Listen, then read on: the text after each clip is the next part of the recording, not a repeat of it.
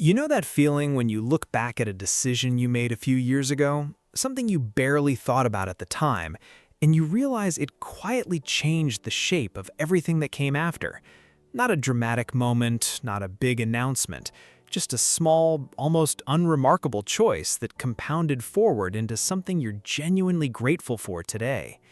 Most people are waiting for the big move, the windfall, the promotion, the perfect moment to get serious. My name is Threk, and I spend way too much time thinking about money, the decisions people make with it, and why the choices that end up mattering most are almost never the ones that felt significant in the moment. They're the quiet ones, the ones made on a Tuesday afternoon without fanfare, without anyone watching. And today we're going through 5 of them. 5 decisions that your future self, looking back, will likely be the most grateful for. Decision number 1. Automating your savings before you could spend it. There is a version of saving that depends on willpower. You earn the money, it lands in your account, and at the end of the month, you move whatever's left over into savings. And honestly, most people who try that version know exactly how it ends. There isn't much left. There's somehow never much left. The decision that changes this isn't earning more, it's removing the choice entirely. When you set up an automatic transfer that moves money to savings or investments the same day your paycheck arrives, before you've seen it, before you've touched it, before your brain has had a chance to file it under available funds, the whole psychological dynamic shifts. You stop saving what's left after spending. You start spending what's left after saving. And those two things, which sound almost identical, produce completely different outcomes over time. The automation isn't just convenient, it bypasses the single biggest enemy of consistent saving, which is the monthly decision of whether to do it. Remove the decision, remove the friction, and the habit survives in a way that willpower-based saving almost never does. Decision number 2, learning the difference between an asset and a liability early. This one sounds like a textbook concept, but bear with me for a second because the practical version of this distinction is one of the most useful financial filters a person can have. An asset puts money into your pocket over time. A liability takes money out. Simple enough.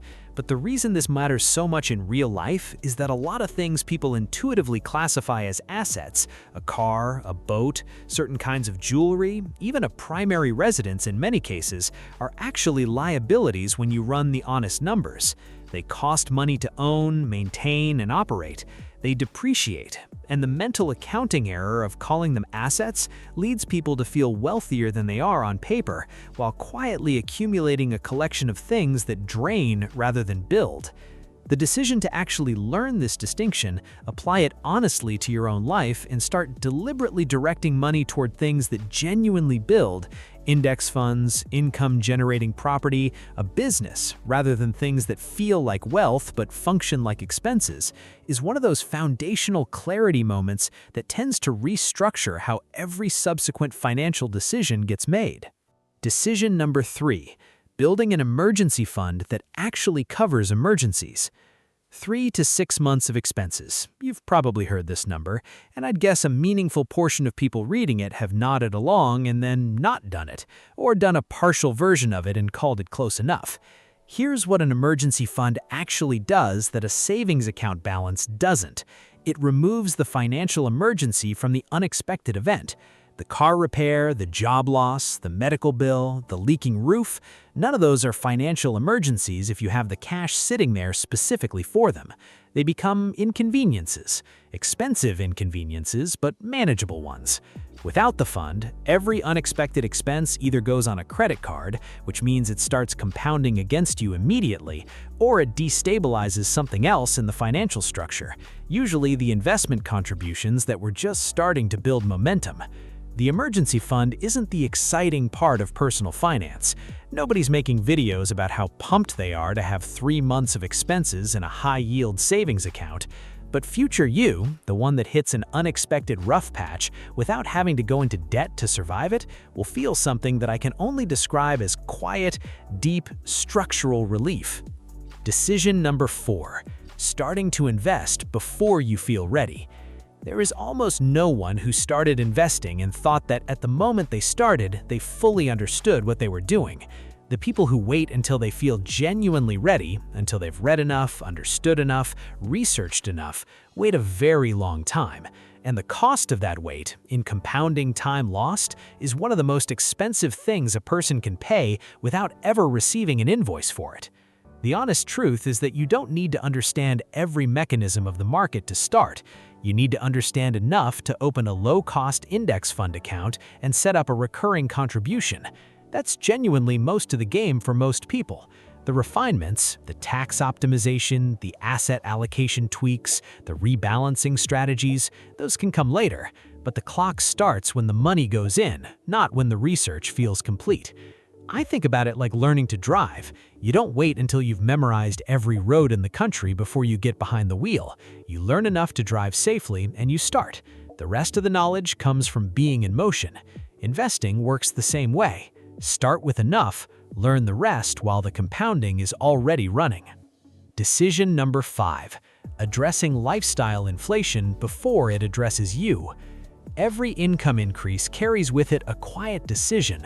Will this money expand the life, or will some of it be directed forward? And most of the time, in the absence of a deliberate choice, the money expands the life. That's not a character flaw, that's just what happens when no one has made the other decision first. Lifestyle inflation isn't always obvious. It's not usually a single extravagant purchase. It's the cumulative drift, the slightly nicer apartment, the newer phone on a shorter cycle, the restaurants that cost a bit more, the subscriptions that add up in the background. Each one individually feels reasonable. Together, they absorb the income increase entirely, and the financial position stays structurally the same despite the growing number on the paycheck. The decision that breaks this pattern is simple to describe and genuinely hard to execute. Every time your income increases, direct a real percentage of that increase toward investment before your lifestyle absorbs it. Not all of it, just a meaningful slice. Your life can still improve, but the compounding engine gets fed first every time before the lifestyle adjustment happens. That one structural choice, applied consistently over a decade, produces a financial outcome that most people, looking at the same income growth, never come close to. The thing all 5 of them have in common? None of these 5 decisions are dramatic. None of them require a large income, a financial background, or perfect timing. They're all available right now to basically anyone, regardless of where they're starting from. What they share is that they're easy to delay. Easy to file under, I'll get to that. Easy to keep meaning to do without actually doing it. And the cost of that delay is almost never visible in the present.